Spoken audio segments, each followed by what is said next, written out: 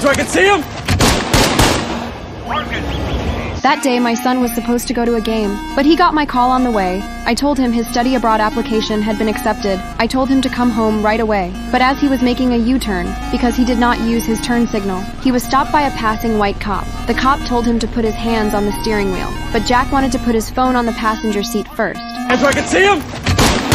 A kid about to study abroad was beaten to death on the street like that. The court ruled that Jack was guilty of reckless driving and that the police were just doing their job. I could not accept that outcome. I spent every day in grief. Even though I was a councilman, I could not get a fair ruling for my son. In the end, I decided that if the law would not deliver justice, then I would take matters into my own hands to avenge my son. I started digging for information everywhere. Finally, someone who wished to remain anonymous gave me enough evidence. The notes detailed the events of the case and even included information on other victims and their families.